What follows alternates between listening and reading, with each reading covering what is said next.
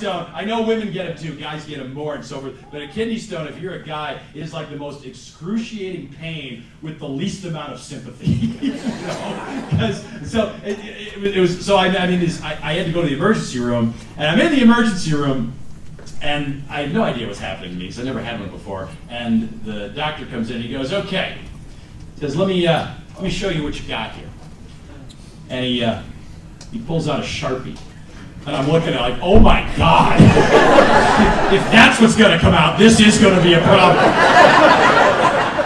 He goes, no. And he takes the Sharpie and a piece of paper and he goes, that's what's inside of you.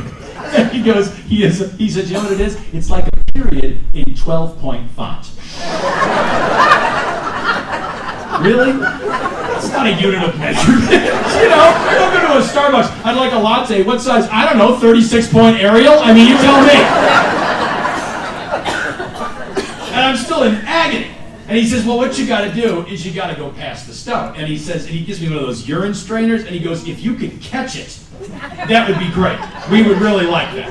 So I go home, and I start peeing. And the second time I pee, I actually did pass the stone. And I walked out of the bathroom, I'm holding this strainer, and I said to my wife, would you like to see it? That is now the biggest regret of my entire life. Up until that moment, not buying Apple stock at 20 was the biggest regret of my entire life. This just rocketed past that. Because my wife just looks at it like, oh yes, this is what made you cry like a little bitch, huh? Yes. Oh yes, I can see it. Wait a minute, let me put my readers on. Yes, now I can see it. Right, okay. I can see why you need to, oh wow, that was close, it almost blew away. Yes.